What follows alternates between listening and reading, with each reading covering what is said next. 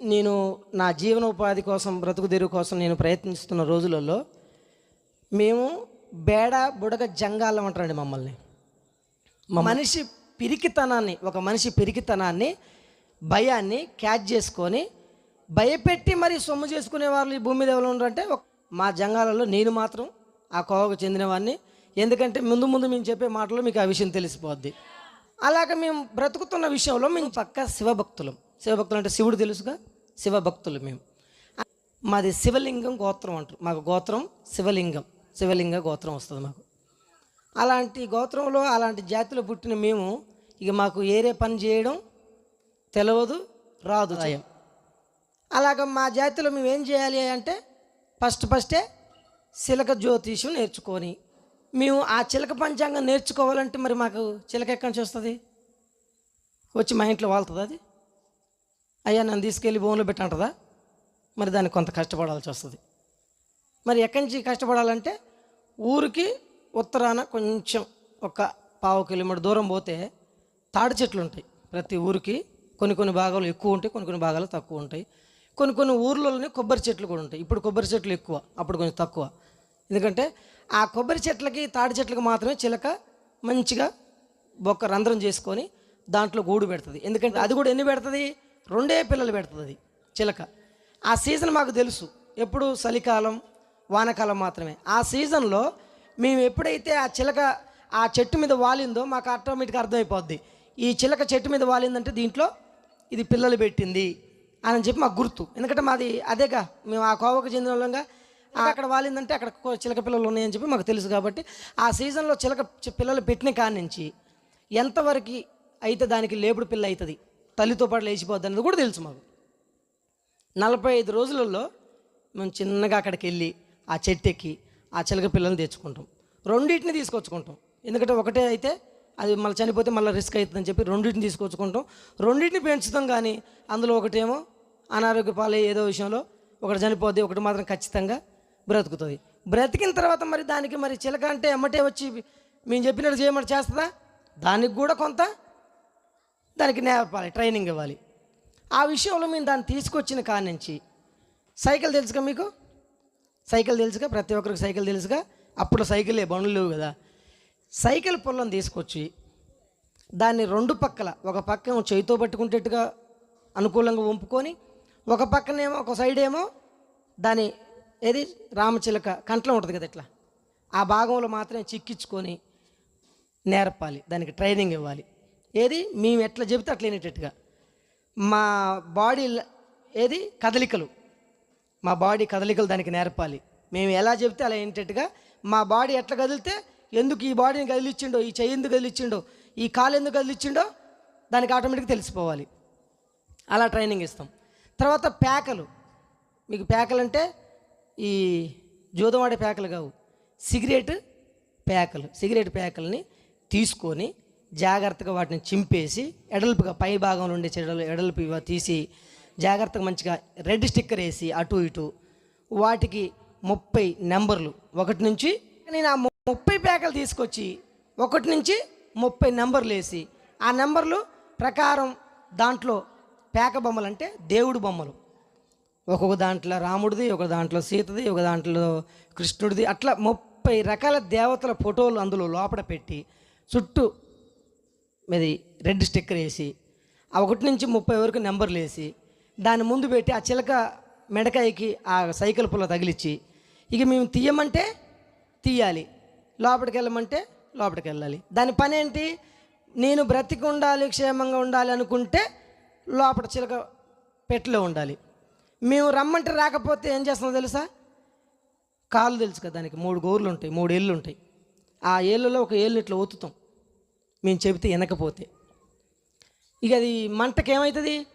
బయటకు వచ్చేస్తుంది అంతే. ఇక లేకపోతే మేత పెట్టాడు 2 రోజుల దాకా, దానికి తెలుసు. అలా చేస్తాం. మనిషి ఈ రోజున కంట్రోల్ చేస్తుండే కదా, మరి నోరు లేని జంతువుని కంట్రోల్ చేయడం పెద్ద లెక్క, ఒక క్షణం పని అది.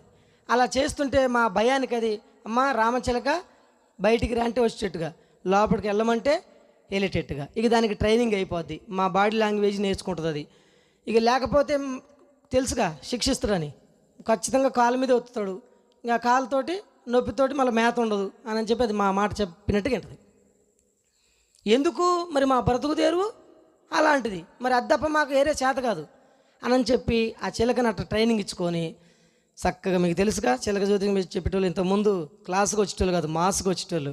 అప్పుడు ఎర్ర పంచ, ఎర్ర సెట్టు, తెల్లటి రుమాలు, దాంట్లో ఒక నెమలీక, దానికి మళ్ళీ కొంగ తురాయి కొంగ తెలుసుగా మీకు.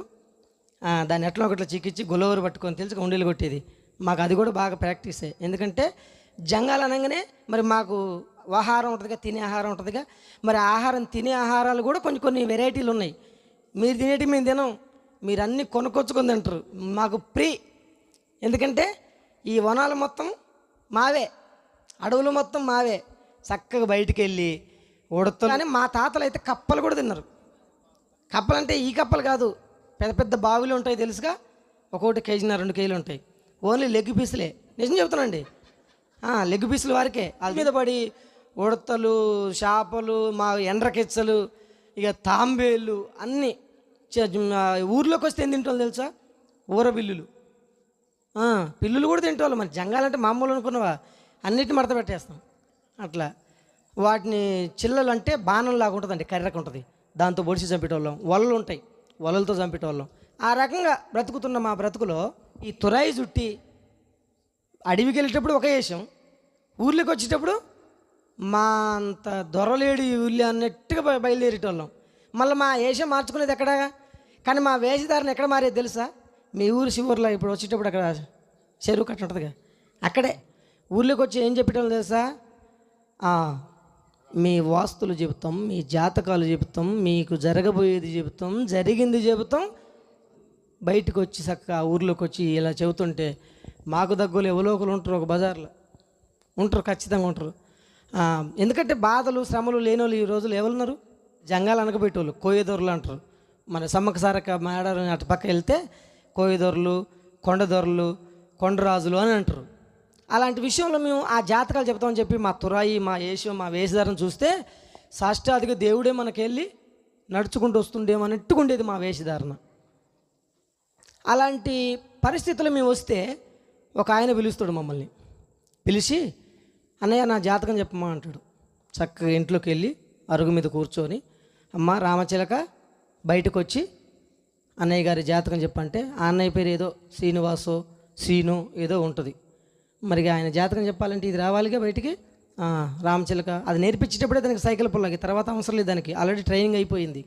ఎలా ట్రైనింగ్ అయిపోయింది అంటే, దానికి అటు 6 ఇటు 6 12 ఈకలు ఉంటాయి చిలకకి, అంటే ఎక్కువే ఉంటాయి. కానీ అది పైకి ఎగరాలంటే మాత్రం ఆ 6 ఈకలు ఉండాలి. కానీ మేము ఏం చేస్తామంటే ఆ అటుపక్క 6 ఈకలు, ఇటుపక్క 6 ఈకలు తీసేసేవాళ్ళం. మొత్తం ఈకలు పీకెత్తే బ్లీడింగ్ అయ్యి చనిపోద్ది.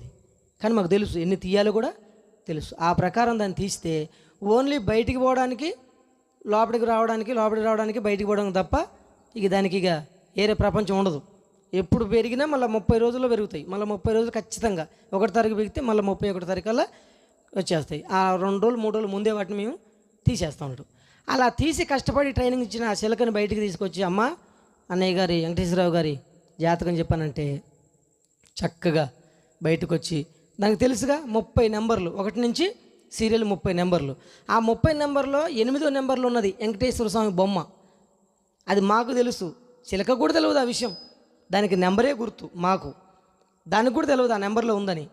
మేము ఇట్లా మీరు ఎలా కూర్చున్నారో బాసెట్లు వేసుకొని మేము కూడా అలాగనే కూర్చొని దాని ముందు చెబుతుంటే, ఇట్లా వేసుకుంటాం కదా, మీకు ఇట్లా కింద కనపడుతుందో లేదో, నా బొట్టుని వెళ్ళి చూడండి ఒకసారి.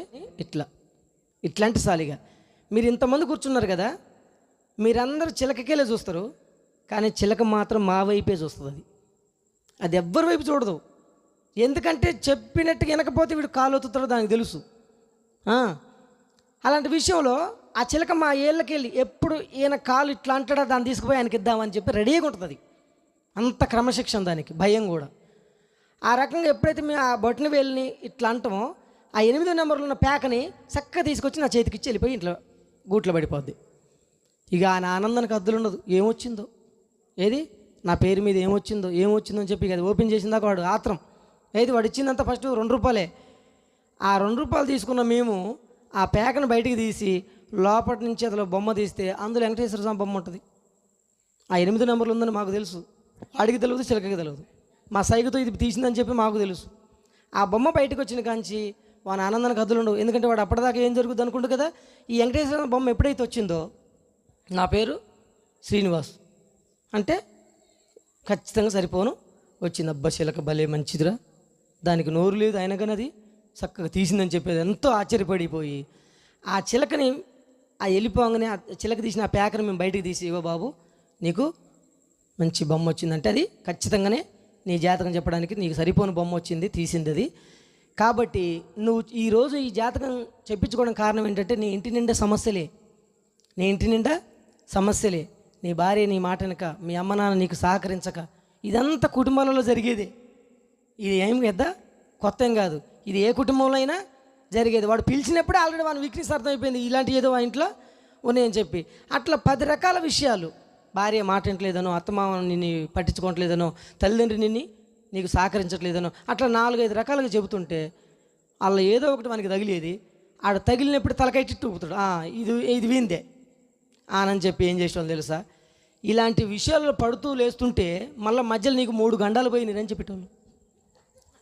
అన్న ఏం గండాలు అన్న అంటే, ఒకటి నీటి గండం, ఒకటి అగ్ని ప్రమాదం, ఒకటి బైక్ మీద పోయేటప్పుడు, బస్సు మీద పోయేటప్పుడు, అలాంటి విషయంలో 3 ప్రయాణాలు 2 అయిపోయినాయి. ఇక 3వది ఒకటి ఉంది, ఈసారి నువ్వు అవుట్ అంటే. అన్న అప్పటిదాకా వాడు 2 రూపాయలు ఇచ్చినోడు గడగడ గడగడగడ వణికిపోయి, ప్రాణం అంటే ఎవరికైనా తీపే కదా, ఆ విషయంలో వాడు వణికిపోయి అనేటోడు, అన్న మరి ఈసారి నేను బ్రతకాలంటే ఈ ఇంటి సమస్యలు మర్చిపోయిండు. ముందు నేను బ్రతుకుంటే కదా ఈ సమస్యల ముందు, ఈయన బ్రతుకుండాలి కానీ అనుకొని చక్కగా అన్న దండం పెడతా, నాకు ఆ పరిష్కారం ఉందా అనేటోడు. ఉంది, ఎందుకు లేదు, 8,000 అవుతాయి. ఆడ 8,000 అయితే అంటే 5,000 కొత్తని తెలుసు. ఆయనకి 8,000 5,000 ఇస్తానంటాడు, కానీ 5,000 మనకి 5 రూపాయలతో సమానం. ఆ మూమెంట్లో వాడు బ్రతకాలి, లేకపోతే మేము వెళ్ళిపోతాం. మీకు మరి చిలక చెప్పిన తర్వాత అబద్ధం ఉండదుగా. మన పిల్లగాలు చిన్న పిల్లగాలు పలుకుతుంటే చిన్న అప్పుడప్పుడు మాట్లాడుతుంటే మనం అంటాం ఏమని, చిలక పలుకులరా, అవునా కదా. అంటే వాడికి కల్మషం, కుళ్ళు కడుపులో ఒకటి బయట ఒకటి పెట్టుకొని మాట్లాడగా, తాత అంటే తాత అంటాడు, అమ్మమ్మ అంటే అమ్మమ్మ అంటాడు. ఈరోజు మాట్లాడమంటే మాట్లాడారు చాలామంది. అంటే వాళ్ళు ఏమీ లేదు, కల్మషం లేదు. అమ్మ చిలక పలుకులు ఇప్పుడు పలుకు అంటే ఇప్పుడు ఏం పలికింది, చిలకగా ఇవన్నీ పలికింది, మా ద్వారా చెప్పించింది అని చెప్పానంటే, అన్న 5,000 ఇస్తున్నా అని అంటే వానికి ఏమీ లేదు. ఒక్క మన పల్లేరుగాయల చెట్టు తెలుసా మీకు, పల్లేరుగాయల చెట్టు లేకపోతే ఎంపల చెట్టు. ఆ ఒక చెట్టు ఎంపల చెట్టు అంటే మన పొలాలలో మన వరి పొలం కోసిన తర్వాత ఎడలిపోతుంది ఆ చెట్టు, ఇంతంత ఎత్తుంటుంది. ఆ చెట్టును కోస్తే గుమ్మ వాసన వస్తుందండి. తర్వాత నల్లుసిరి ఏరు ఒకటి తెలుసు, తర్వాత పెద్ద ఏపి చెట్టు అంటారు దాన్ని. ఈ 3 చెట్లు వాసన వస్తాయి, దాని తోలుకి తీసి ఎండబెడితే వాసన అంటే స్మెల్ వస్తాయి. ఇప్పుడు ఒక స్వెంట్ని వాళ్ళు ఎవరు ఎట్లయితే ఇష్టపడి చాలామంది వాడుతున్నారో అట్లనే ఆ మూలికలు మా దగ్గర ఉండేటి మాకు ఆటోమేటిక్గా. వీనికి ఏం చేస్తాం అంటే, ఒక తెల్లగుడ్లో చుట్టి అప్పటికప్పుడే ఏమి లేదు ఉడితే అల్లా, మాకు తెలుసు దాంట్లో ఇది లేదని, ఒక ఏరు ముక్క అంతే, దాన్ని తీసి తెల్లగుడ్లో చుట్టి వాని చేతికి కట్టి 5,000 రూపాయలు జేబులు వేసుకొని జంపు. ఆ ఊరు చుట్టుపక్కల కూడా ఉండవు. ఇక ఇప్పుడు మగవాళ్ళు కోట అయిపోయింది కదా, మరి అందరూ మగవాళ్ళే చెప్పించుకుంటారంటే ఆడవాళ్ళు కూడా ఉంటారండి. ఒక అక్క పిలుస్తుంది,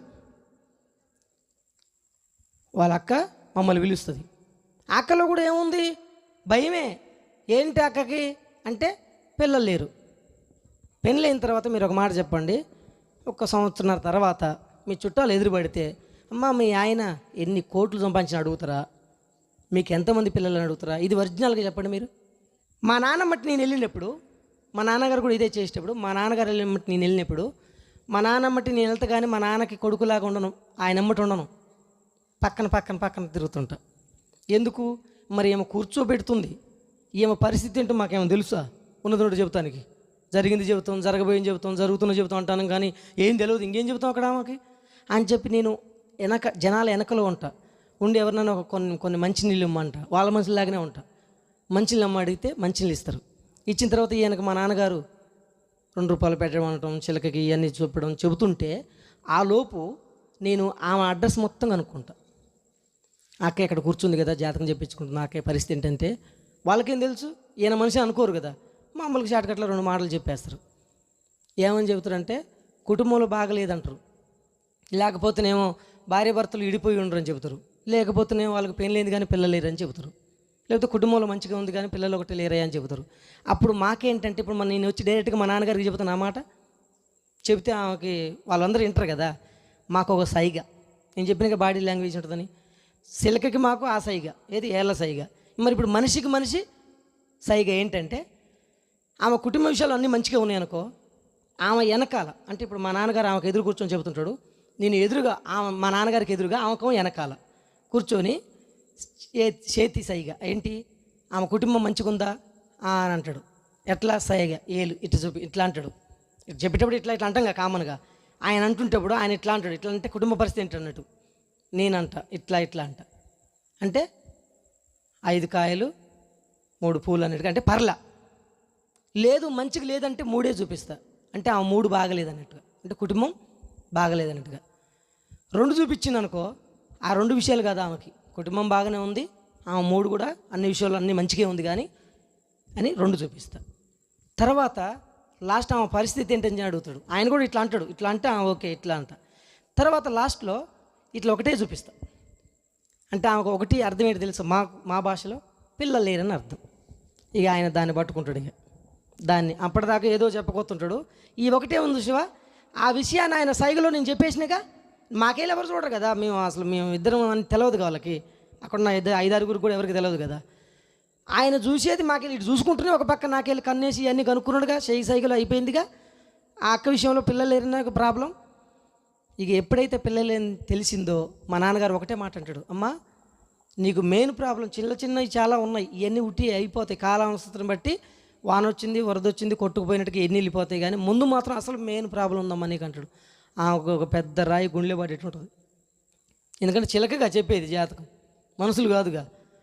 ఏంటయ్యా అంటే నీకు పిల్లలు ఎందుకు కలగట్లో తెలుసా అమ్మా, నీకు ఆరోగ్యం విషయంలో అన్ని విషయాలు మంచిగా ఉంది, భార్య భర్తలు మీరు అందరూ కూడా మంచిగా ఉంటున్నారు, కానీ ఒకానొక రోజు, ఎందుకంటే ఇప్పుడు మనకు పంపులు వచ్చినాయి, ట్యాపులు వచ్చినాయి, నీళ్ళు వచ్చినాయి కాబట్టి మనం ఇక్కడ ఇళ్ళల్లో బట్టలు ఉతుకుతున్నాం, కానీ బయటికి వెళ్తారు కదా తెలుసుగా, వాగులమ్మటి చెరువులమ్మటి బట్టలు ఉతుకుతానికి వెళ్తారు కదా, పొలాలమ్మటి వెళ్ళినప్పుడు నువ్వు పోయేటప్పుడు మంచిగా వెళ్ళినావమ్మా, వచ్చేటప్పుడు ఏదో మైకంలో పడిపోయి ఆలోచనలు పడిపోయి ఒక వచ్చిన దారిని కాకుండా ఏరే దారిన, అంటే కొంచెం చెత్తలలో దారులలో పడి వస్తుంటే నాగుంబాము పుట్ట పక్కమటి అది గుడ్లు పెట్టడానికి పోయే మూమెంట్లో కొంచెం అర్జెంటుగా ఒక తాటి మట్ట ఉంటుంది తెలుసుగా, తాటి మట్ట, ఆ తాటి మట్ట కింద పెట్టింది పుట్ట పక్కమటి, దాని కింద గుడ్లు ఉన్నాయి, నువ్వు చూసుకోలేదు, దాని మించి తొక్కుకుంటూ వెళ్ళిపోయినావమ్మా, ఆ గుడ్లు మొత్తం ఏమైనాయి పగిలిపోయినాయి.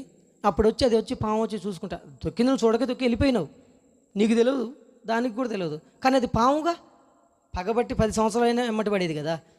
అది ఏంటి అనుకుంటే నా గుడ్లని ఈ మనిషి తొక్కి పడేసింది. అంటే ఇప్పుడు ఏమైంది, దాని పిల్లలు చచ్చిపోయినాయి. కాబట్టి ఇప్పుడు నీకు ఆ నాగదోషం ఉందమ్మా, ఇప్పుడు ఆ నాగదోషం ఉండి నీకు పిల్లలు పుట్టలేదంటే అది పక్కకు పెట్టు, కానీ ఇప్పుడు అది నిన్ను చంపడానికి తిరుగుతుందని చెబుతాం. ఇక అప్పుడు స్టార్ట్ అయిద్దాం ఆమెకి, పిల్లలు పుట్టే టెన్షన్ అప్పటిదాకా ఉంది కదా, అది పక్కకు పోయింది. ఇప్పుడు నేను చచ్చిపోతున్నామో, ముందు నేను పిల్లలు పుట్టేది పక్కకు పెట్టు, ముందు నేను చచ్చిపోతే ఇంకెక్కడి నుంచి చిత్ర పిల్లలు అని చెప్పి గుండె 100 మీద కొట్టుకుంటుంది. అప్పుడు మరి సార్ అయ్యా కొండదొర, మరి మీకు తెలుసు కదా, మరి ఆ దోషం ఎట్ట పోవాలి, నాకు దోషము పోవాలి, మళ్ళీ నెక్స్ట్ ఏంటి పిల్లలు కూడా పుట్టాలి, ఇప్పుడు 2 కావాలి, ఇప్పుడు ఏం కావాలి 15,000 కావాలి. మీ ఇంట్లో 10,000 అంటే పెద్ద అమౌంట్ కదా, మరి ఏమో తెలవకుండా తీసుకుంటే మధ్యలో గొడవలు అయితేగా, మీరు అందరూ ఆలోచించుకోండి, మీకు ఆ దోషం పోవాలంటే ఈ పని అని చెప్పి వస్తే వాళ్ళు ముందే ఇంట్లో మాట్లాడుకొని మళ్ళీ ఒక పలానా ఆదివారం రాయ్యా అంటే మళ్ళీ ఆదివారం పూట వచ్చి సాయంకాలం పూట, అప్పుడు వచ్చేటప్పుడు చిలక చూసింది, ఇప్పుడు వచ్చి ఏమి లేవిగా ఓన్లీ మామూలుగానే వచ్చి ఎప్పుడైతే ఇక 10,000 రూపాయలు ఇస్తారో అవి తీసుకొని, ఆమె ఏమీ లేదు ఒక తాయితీ ఉంటుంది, నాగమ్మ బొమ్మ ఉంటుంది దాని మీద, ఆ బొమ్మను తీసుకొచ్చి మీ ఆయనకు ఒకటి కట్టు, నీకు ఒకటి కట్టుకో చేతికి, లేకపోతే పుస్తల తాడు కట్టుకో, ఇప్పుడు ఇక నీ మీద పగబెట్టిన పాము ఏమైద్ది మర్చిపోతుంది, అంటే ఆమె ఎవరో నేనెవరో తెలియదు, అంటే దానికి మతిమరుపు కోసం ఈమెక తాయిత. ఇట్లా మేము జాతకాలు చెప్పుకుంటూ వెళ్తుంటే ఒక ఆమెకి ఇట్లనే ఒకరోజు మా నాన్నగారు నేను ఇట్లనే చెప్పుకుంటూ పోతుంటే ఇట్లా జాతకుంటూ పోతుంటే ఒక ఆమెకి బాగా జ్వరం, వణుకుడు, చలి, ఒక భయం, ఆందోళన, అంటే మర్యాద టెన్షన్ పెట్టుకొని ఇట్లా పిలిచింది. పిలిస్తే మా నాన్నగారిని ఇద్దరం వెళ్ళాం. ఇక మా నాన్నగారు పెద్ద వయసు కదా, ఇక నేనే అన్ని చేస్తుంటా. ఏమండి ఇట్లా భయంగా ఉంటుంది ఇట్లా అని చెబితే, ఇక చిలక పంచాంగం అయితే లేట్ అయ్యిద్దిగా అని చెప్పి ఏం చేసాను తెలుసమ్మా, నీకు చేతపడి చేసిరు. ఇక భయపడినోడు ఎవడన్నా ఉన్నాడంటే భయం భూమి మీద, ఈ చేతపడి అంటే అసలు ఇక ఎంత కోటీశ్వరుడైనా గడగడగడ వనకాల్సిందే. ఎందుకంటే చేతపడి అనగానే ఇక అది ఎవరి వల్ల బాగు చేయడం కుదరదు. ఒక కొండరాజులు కోయదొరలు తప్ప, ఆ అడవులలో ఉండేటోళ్ళు, ఆ గృహాలలో ఉండేటోళ్ళు తప్ప ఎవరు చేయలేరనే ఒక నమ్మకం ఉండేది. అది మేము చేస్తాం అని అనగానే ఆమెకి ఎక్కడ లేని ధైర్యం వచ్చేది. అమ్మ మళ్ళీ ఆ పూజ ఎక్కడ చేయాలి, నీ మీద దాన్ని మీ ఇంట్లో దింపాలి, దింపి ముగ్గులోకి తీసుకురావాలి, తర్వాత దీన్ని తీసుకుపోయి ఎక్కడ రాత్రి 12 గంటప్పుడు గోదావరిలో ఒక నిమగ్నం వేసి దానికి పుటం వేసి అక్కడ పూజ చేసి దానికి ఆగారం ఇచ్చి నీ మీద ఉన్న ఆ గ్రహాన్ని దాని మీద తీసుకెళ్ళాలి. నువ్వు కూడా అవుతుందా 12 గంటప్పుడు? ఆమె రాదని తెలుసు మాకు, కానీ ఆమె భయాన్ని ఏం చేయాలి, క్యాచ్ చేసుకొని ఆమె భయాన్ని మేము ఇంకొంచెం భయపెట్టాలి అని చెప్తే, మరి ఎంత అయితే 20,000 పెరిగిపోతుంటుంది. ఇంకా ఆమె ఎంత భయపడితే మాకు అంత డబ్బు. ఆ రకంగా ఆమెను భయపెడితే ఆమె ఉంటుంది, అయ్యా నేను రాలేను కానీ, మా ఇంట్లో మేము రాలేము కానీ అది మీరే చేయండి అంటుంది. మాకు అవకాశం ఇంకా మంచిదేగా, అక్కడ ఏమీ లేదు. ఇసుక మేము పోతాం ముందు ఆ గోదావరిలో 12 గంటలప్పుడు 6 దాటితే రోడ్డు దాటం మేము. ఆమెను ఇంట్లో పిలిచి నిమ్మకాయ 3 రకాల నిమ్మకాయని అక్కడ పెట్టి ఒక ఎక్సిబిల్ లాగా 3 భాగాల్లో పెట్టి అక్కడ ఒక ఇత్తడి చెంబు పెట్టి, ఆ ఇత్తడి చెంబులో ఆమెతోటే తెప్పించేటోళ్ళం. ఆమెదే ఇంట్లో ఉంటుంది, ఏదో ఒక చెంబు ఉంటుంది, వేసుకొచ్చి అమ్మ ఆ చెంబులో నీళ్ళు పోయమంటోళ్ళం. ఆమె తీసుకొచ్చి నీళ్ళు ఆ చెంబులో పోసేది. పోసిన తర్వాత ఆ ముగ్గులు కుక్కమంటే కూర్చుంటుంది. ఇవి వాళ్ళ ఇంట్లో భార్య భర్తలు ఉంటారు, వాళ్ళతోటే ఆయన అక్కడ కుక్క పెడతాం. ఏమోగా భయపడేది, ఆయన పక్కనే ఉంటాడు. ఇక 15,000 20,000 అని చెప్పినా కానీ 10,000 12,000 బేరం మాట్లాడుకున్నాం, అయిపోయింది. అక్కడ కూర్చున్న తర్వాత ఆమె తెచ్చిన చెంబులోనే ఆమె తీసుకొచ్చిన నీళ్ళే ఉండేటివి. ఇక అక్కడ పూజ ఓం భీం భుస్వహ ఉడిదే మాకు వచ్చిరాని భాష అని చెప్పి కుర్రకొండ దేవత రామపుర్రప్ప అని చెప్పి ఏదో చెప్పి ఆమెను భయపెట్టి ఆ ముగ్గులోకి ఆమెని కుక్కబెట్టిన తర్వాత ఏం చేసేవాళ్ళు తెలుసా, అమ్మ నీ మీదున్న శక్తి ముగ్గులోకి వచ్చింది, ఇక ముగ్గులో నుంచి మేము ఏం చేస్తాం, మా ఫైల్లోకి తీసుకుంటాం అని చెప్పి. ఫైల్ తెలుసా మీకు? ఫైల్ పిల్లగాళ్ళు చదువుకునే ఫైల్ కదా, డ్యూటీకి ఉద్యోగానికి పోయేటోళ్ళు కూడా ఫైల్ పట్టుకొని పోతుంటారు కదా. ఆ ఫైల్కి ఇటుపక్క ఇప్పుడు ఇటు ఉందనుకోండి, ఇది ఫైల్ కదా, దీని వెనక నుంచి ఆడోళ్ళ ఎంటిక తెలుసుగా, బారుగున్న వాళ్ళ ఎంటిక మేము తీసుకొని ఆ ఎంటికకి మైదం, ఏది తేనె తెట్టుకి మైదం ఉంటుందిగా, ఆ మైదాన్ని పెట్టేటోళ్ళం చివర్లో ఎంటికకి పెట్టి మక్షాంతరం, ఏది ఇంట్లో ముందు పెట్టుకుంటారు చాలామంది, ఇట్లా చీళ్ళ కొట్టి పెడతారు ఇంట్లో ముందు 4 పలకలు, మక్షాంతరం అంటారు దాన్ని. ఒక ముగ్గు లాంటిది ఉంటుంది దాని మీద, మీకు తెలుసు కాబట్టి క్లారిటీగా చెబుతున్నా, అంటే లేట్ అవ్వకుండా. ఆ అంతరానికి ఇట్లా అంటించేటోళ్ళం, ఏది మైదాన్ని. ఆ ఎంటిక మా కాలుకు చుట్టుకుంటోళ్ళం. ఇదంతా ఈ నిమ్మకాయలు తెచ్చడం, కుంకుమ పసుపు తేవడం, ఈ తెచ్చే లోపు ఈ చేసేటోళ్ళం. చేసేసి అమ్మ ఇప్పుడు నీలోకున్న ఆ ఒక శక్తి ఈ యంత్రంలోకి వచ్చేసింది అని చెప్పి, ఎట్లొచ్చిందంటే చూడని చెప్పి దీనికి ఆల్రెడీ అంటించింది, చిన్న మన కంది గింజ అంత ఉంటుంది మైదం, ఆ మైదానికి ఎంటుక ఉంటుంది. ఆ ఎంటుక మాకు ఇటు నుంచి ఉంటుంది, దీని కింద నుంచి ఇటు నుంచి ఉంది కదా. ఇప్పుడు ఇదే తాయైతే అనుకోండి, మేము ఈ ఫైల్ ఇటు పెట్టి ఆ ఫైల్లో కాళికామాత ఫోటోలు, నానా రకమైన విగ్రహాల ఫోటోలు ఉంటాయి.